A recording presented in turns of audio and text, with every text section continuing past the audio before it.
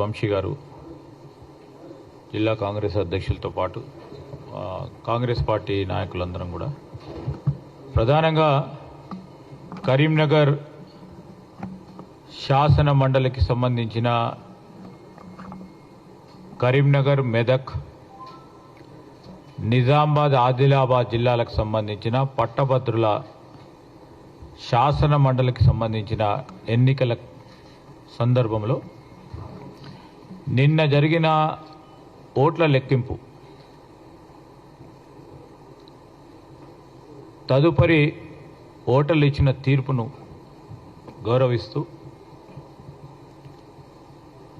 Congress party అభ్యర్థి అయిన మా సోదరులు ఆల్ఫోర్స్ నరేందర్ రెడ్డి గారి అభ్యర్థిత్వాన్ని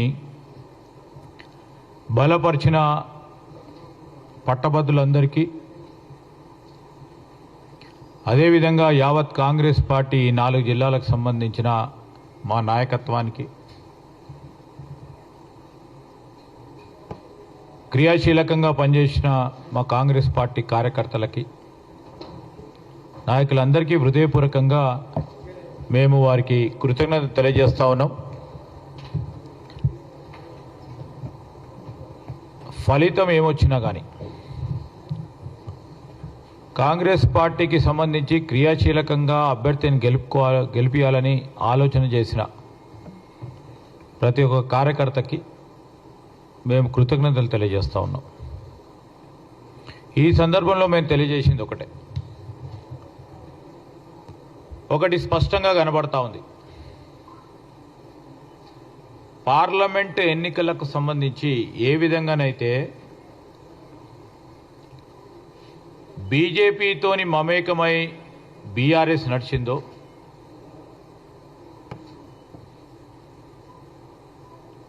అదేవిధంగా ఈరోజు మరొక్క మారు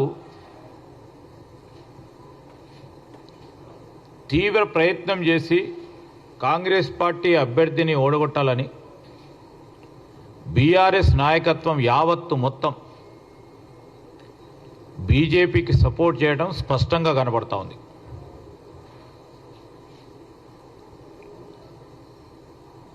మొదటిగా బీఆర్ఎస్ పార్టీ వారి పార్టీకి సంబంధించిన అభ్యర్థిని నిలబెట్టలే. ఎందుకు నిలబెట్టలే? ప్రజలందరూ గమనించాలి.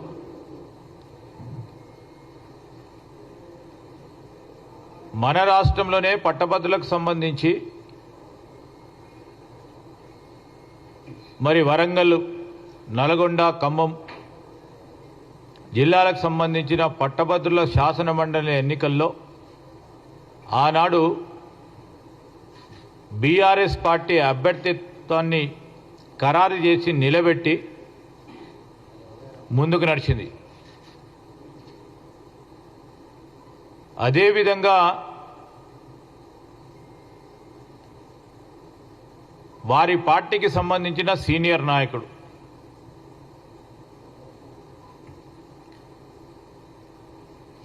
కరీంనగర్ ప్రాంతవాసి, మాజీ సివిల్ సప్లైస్ కార్పొరేషన్కు సంబంధించిన చైర్మన్,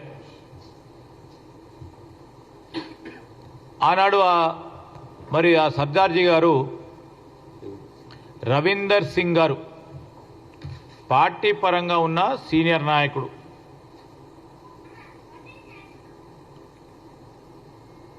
ఆయన నిన్న ఓట్ల లెక్కింపు కార్యక్రమం భాగంలో ఆయనకు వచ్చిన ఓట్లు చూస్తే ప్రత్యక్షంగా స్పష్టంగా టీఆర్ఎస్ పార్టీకి సంబంధించి వారి నాయకత్వం కేసీఆర్ గారు, హరీష్ గారు, కేటీఆర్ గారు ఇచ్చిన ఆదేశానం స్పష్టంగా కనబడతా ఉంది. మొత్తం రవీందర్ సింగ్ వచ్చిన ఓట్లు మేమనుకుంటున్నాం ఆయనకు వచ్చిన ఓట్లు వ్యక్తిగతంగా వచ్చిన ఓట్లు మొత్తం పరోక్షంగా ఈరోజు రవీందర్ సింగ్ గారికి మొత్తం యావత్ పార్టీ టీఆర్ఎస్ పార్టీ బలపరిస్తే మీ శక్తి అంతేనా అని అడుగుతా ఉన్నాం. పరోక్షంగా పూర్తి స్థాయిలో బీజేపీకి సపోర్ట్ చేసి బీజేపీని గెలిపించుకోవాలని వారికున్న ఫెవికాల్ బంధం ఇంకా కూడా గట్టిగా చేయడానికి ఈ శాసన మండలిని ఎన్నికల సందర్భంలో వారు చేసిన శ్రమ, ఆఖరి 3-4 రోజులు వారి కష్టం, 2 పార్టీలు కలుపుకొని ఈరోజు కాంగ్రెస్ పార్టీని ఓడియాలని ఆలోచన చేస్తున్న తీరును ప్రజలందరూ కూడా గమనిస్తూ ఉన్నారు.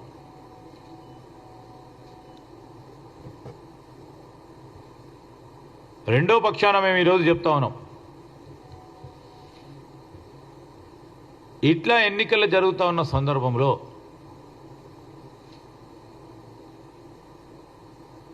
ప్రధానంగా బీఆర్ఎస్ పార్టీకి సంబంధించి ఆనాడు కానీ 2 మార్లు ఎలక్షన్ శాసనసభలో జరిగినప్పుడు బలము ఇచ్చిన ఆ ప్రాంతానికి సంబంధించి పట్టభద్రుల ఎన్నికల్లో ఒకటి ఎందుకు నిలబెట్టలేదు? అది ప్రశ్న అడుగుతూనే ఉన్నాం.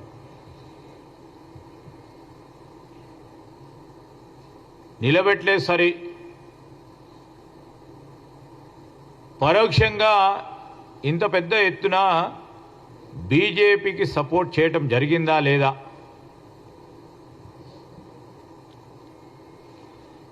బీఆర్ఎస్ పార్టీకి సంబంధించిన కొంతమంది బీజేపీకి సపోర్ట్ చేస్తున్నారు, చేద్దామంటే వారి మధ్యలో మనస్పర్ధలు వచ్చిన మాట వాస్తవమా? భేదాభిప్రాయాలు వచ్చిన మాట వాస్తవమా?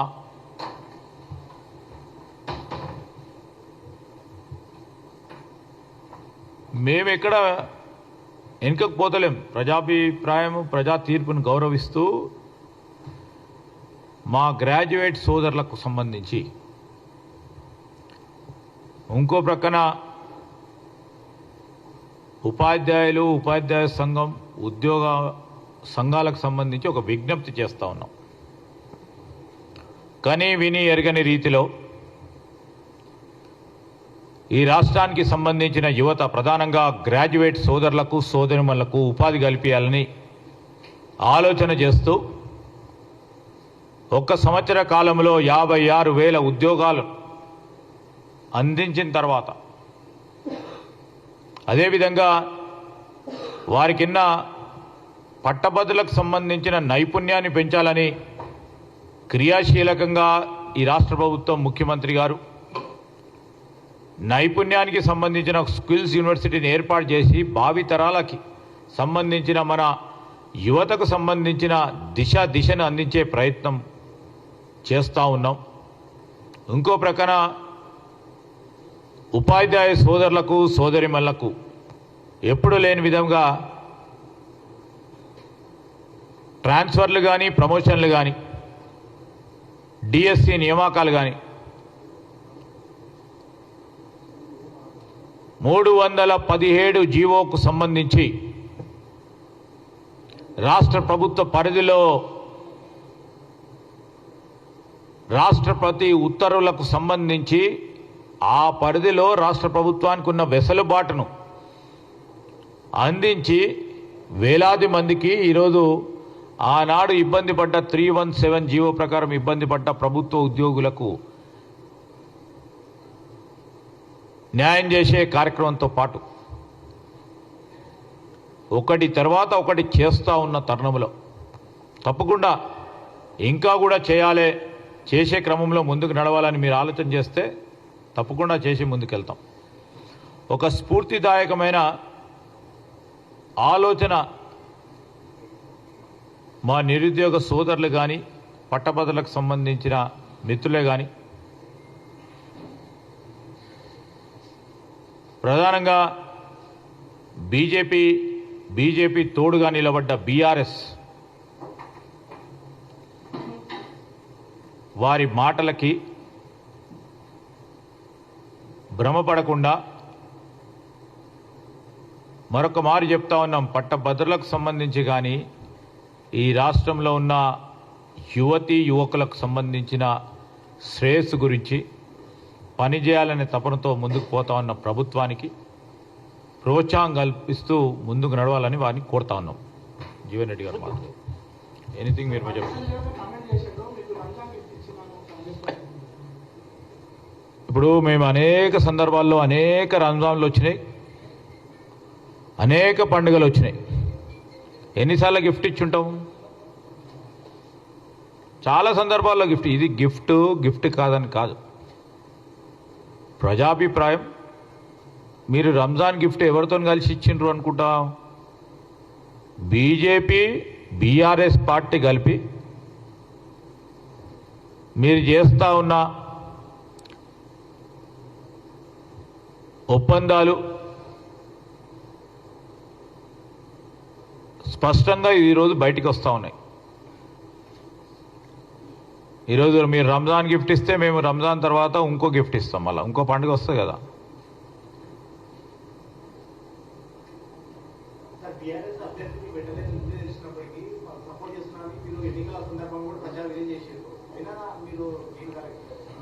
గేను నా గేను అని ఉండదమ్మా. ఈరోజు బీఆర్ఎస్ నేను చెప్పినప్పుడు 2-3 రోజుల ముందు కూడా స్పష్టంగా అన్ని హంగులాలతో బీజేపీ గెలవాలని ప్రయత్నం చేశారు. మీరు బీఆర్ఎస్కు సంబంధించి ఆనాడు ఖండన చేస్తూ మాకు బీజేపీ ఇద్దరు కలిసి మాట్లాడుతున్నారని చెప్పిన బీఆర్ఎస్ స్పష్టంగా ఎక్కడికైనా పోయి చూడండి. మేము కూడా ఛాలెంజ్ చేసినాం ఆ రోజు. బీజేపీకి సపోర్ట్ చేస్తూ వారికి ఓటు వేయాలని క్షేత్రస్థాయిలో పనిచేస్తూ ఉన్నది ఎవరు? ఏదైనా గ్రామానికి వెళ్ళి చూస్తామని చెప్పినారు, ఛాలెంజ్ కూడా చేసినాం. ఈరోజు రెండు కలిపి ఒక ప్రయత్నం చేశారు. నేనంటే ఉన్నా పాపం రవీందర్ సింగ్ నేను బీఆర్ఎస్ నుంచి నేను నిలబెడుతున్నా, నాకు పూర్తి స్థాయిలో పరోక్షంగా బీఆర్ఎస్ పార్టీ సపోర్ట్ చేస్తున్నది అన్నప్పుడు ఎన్ని ఓట్లు వచ్చినాయి?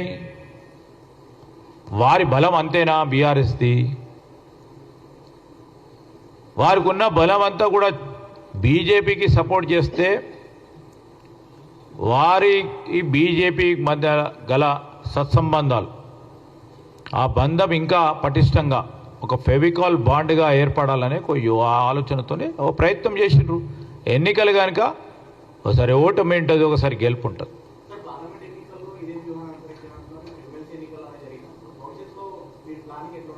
డెఫినెట్లీ మేము ఇవన్నీ కూడా ఆలోచన చేస్తాం. ఇప్పటికైనా కాంగ్రెస్ పార్టీ ఒక సిద్ధాంతం, సెక్యులర్ సిద్ధాంతంపై నడిచే పార్టీ. ఆ సిద్ధాంతాన్ని నమ్ముకొని ముందుకెళ్తాం. ఒక పక్షాన ప్రభుత్వం చేస్తూ ఉన్న సంక్షేమ అభివృద్ధి కార్యక్రమాలు చెప్తూ పార్టీ పరంగా రాబోయే కాలంలో సంస్థాగతంగా కూడా బలపడటానికి అనేక చర్యలు తీసుకుంటాం, ముందుకు తీసుకెళ్తాం. ఎక్కడైతే చిన్న లోపాలు ఉన్నాయో ఆ లోపాలను కూడా సవరణ చేసుకుంటాం.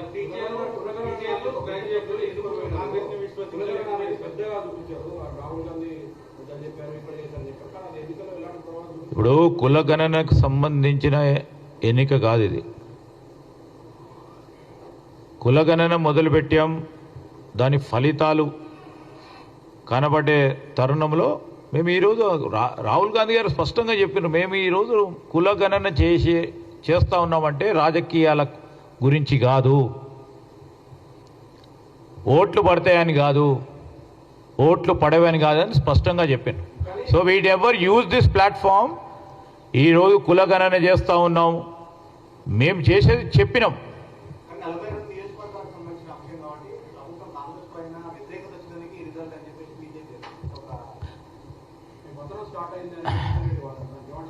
ఇప్పుడు మేము ఒకటే మాట చెప్తున్నాం, పతనమో రేపొద్దున రెండో మారు కాంగ్రెస్ పార్టీ అధికారంలోకి రావటానికో ఇదొక ఎన్నిక.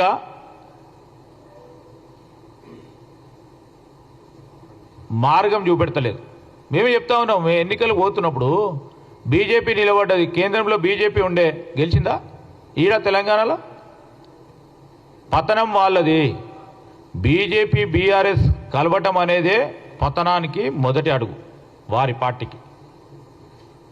ఎన్ని రోజులు ఈ భ్రమ పెట్టి మేము వేరే మీరు వేరే అని ఆఖరికి ఎన్నికలకు వచ్చే వరకు ఆ ఎన్నికల తేదీ నాడు ఇద్దరు కలుసుకొని చేసే ప్రయత్నం స్పష్టంగా మేము ప్రజలకు చెప్పాల్సిన అవసరం ఉందని చెప్తా ఉన్నాం.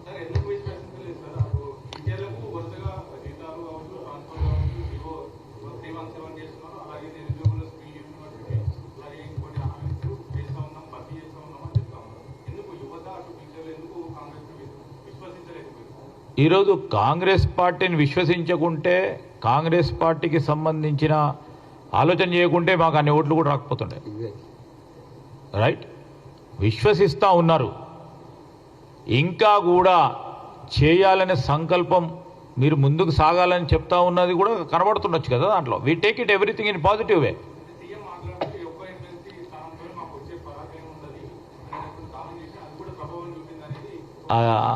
ఇప్పుడు ఎన్నికలు వచ్చినప్పుడు అనేక విషయాలు మాట్లాడతారు కదా మనసులో ఉంచి.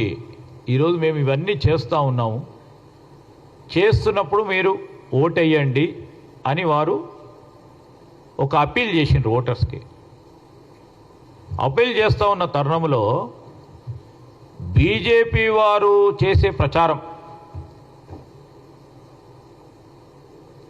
ఈ ఎన్నికకు సంబంధించి రేపో మాపో ఇక మొత్తం బీజేపీ రేపొద్దున ఈ శాసన మండలి ఎన్నిక గెలిచిన తర్వాత ప్రభుత్వం ఏర్పాటయ్యే క్రమం చేస్తున్నారని, వారు చేసే జిమ్మిక్కుల్లో ప్రతి రాష్ట్రంలో వారు చేసే జిమ్మిక్కులు మొదలవుతాయని చెప్పిండ్రు వాళ్ళు. అంతేగాని దీనికి సంబంధించి ఏ ఎన్నికైనా ఇంపార్టెంటే, ఆ ఎన్నిక అంతవరకు సీరియస్ తీసుకునే కార్యక్రమం చేస్తారు. ఇప్పుడు ఎన్నికల తర్వాత మేము పరిశీలన చేసుకుంటాం, ఎక్కడ సవరణ చేసుకోవాలి, ఏ విధమైన సమన్వయం లోపాలు జరిగినాయి, ఎక్కడ ఇబ్బందులు జరిగినాయి, అవి కూడా తప్పకుండా సంస్థాగతంగా చేసుకోవాల్సిన ఆలోచన తప్పకుండా చేస్తాం. దాంట్లో ఇష్యూ లేదు.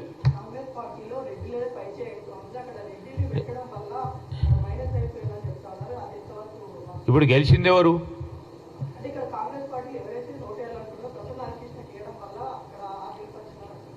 ఇప్పుడు ఓట్లకు సంబంధించిన సమీక్ష చేసుకున్నప్పుడు దానికి సంబంధించి ఏ విధమైన ఫలితం వచ్చింది, ఎందుకు వచ్చిందని కారణాలు చూసుకుంటాం ముందు ముందు.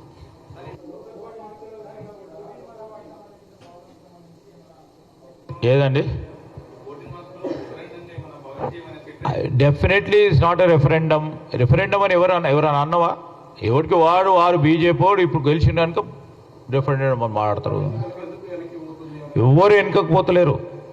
స్పష్టంగా మాకున్న కమిట్మెంట్ బలహీన వర్గాలకు సంబంధించి ఈరోజు మేము చేస్తూ ఉన్న కులగణనకు సంబంధించిన సర్వే కార్యక్రమంతో పాటు మా కమిట్మెంట్, మా చిత్తశుద్ధి చట్టాన్ని తీసుకురావాలనే ఒక ప్రయత్న భాగంలోనే ముందుకెళ్తా ఉన్నాము. అది వచ్చిన తర్వాతనే ఎన్నికకి వెళ్తామని చెప్పినాము. ఇంకా మాకు ఎన్నిక ఇంపార్టెంట్ కాదు. మాకు ఎన్నిక ఇంపార్టెంట్ అయితే ఇప్పటివరకు చేసేటోళ్ళం, అది ఎక్కడ పక్కన పెట్టి.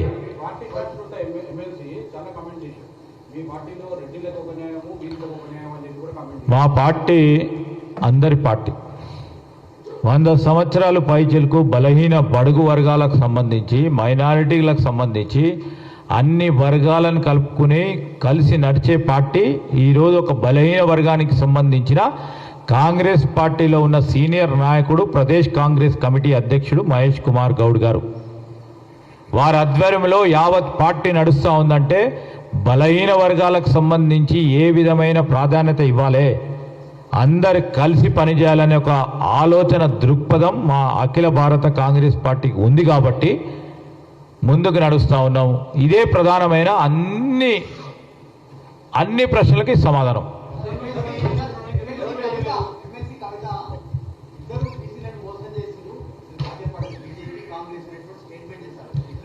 నేను అడుగుతా ఉన్నాం వారికి అంత చిత్తశుద్ధి ఉంటే బీఆర్ఎస్ పార్టీ నుంచి ఎందుకు నిలబెట్టాలి కదా, నిలబెట్టయితే గెలిపించుకోవాలి కదా, ఎందుకు నిలబెట్టలే? రవీందర్ సింగ్ అనేటాయన బలహీన వర్గానికి సంబంధించిన వ్యక్తి. నేను టీఆర్ఎస్ పార్టీకి సంబంధించిన వ్యక్తిని, నాకు అందరు సపోర్ట్ చేస్తారని నీ స్వయానా చెప్పుకుంటూ పాపం తిరిగిండు. ఈ ఒక్కసారి అడగలే, లాస్ట్ టైం కూడా అడిగిండు.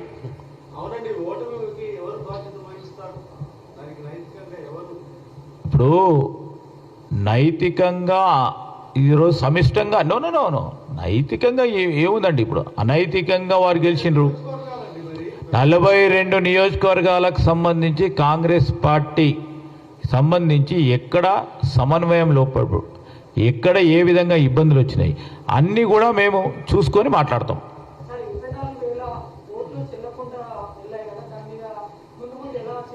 Definitely we appeal to graduates.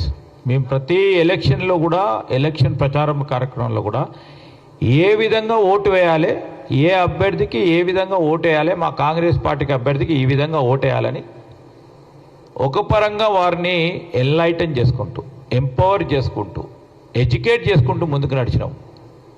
కానీ దురదృష్టకరం, బాధాకరం, ఎందుకంటే మాకే పెద్ద ఎత్తున నష్టం జరిగిందని కనబడతా ఉంది అక్కడ. సో ఇలాంటి ఎన్నికలు జరుగుతూ ఉన్నప్పుడు ప్రతి ఎన్నికల్లో కూడా ఈ విధమైన ఒక స్పష్టత రావాలి, గ్రాడ్యుయేట్స్ ఈ విధంగా ఓటు వేయాలని చెప్తూనే ఉన్నాం. ఇంకా పెద్ద ఎత్తున దీని పరంగా ప్రచారం చేసుకోవాల్సిన అవసరం ఉంది.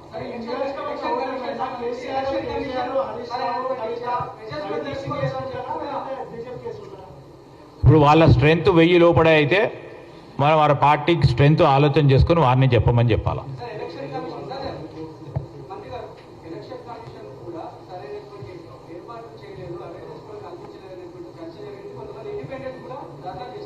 అవును, ఏదైనా కానీ ఎలక్షన్ కమిషన్ ఆఫ్ ఇండియాకు సంబంధించి వారికి ఉన్న విధులు తప్పకుండా స్పష్టంగా ఇంకా పెద్ద ఎత్తున చేయాల్సిన అవసరం ఉందని ఈరోజు ఇన్ఎలిజిబుల్ ఓటర్స్ సంఖ్య స్పష్టంగా చెప్తా ఉంది. తప్పకుండా ఒక అధునాతనమైన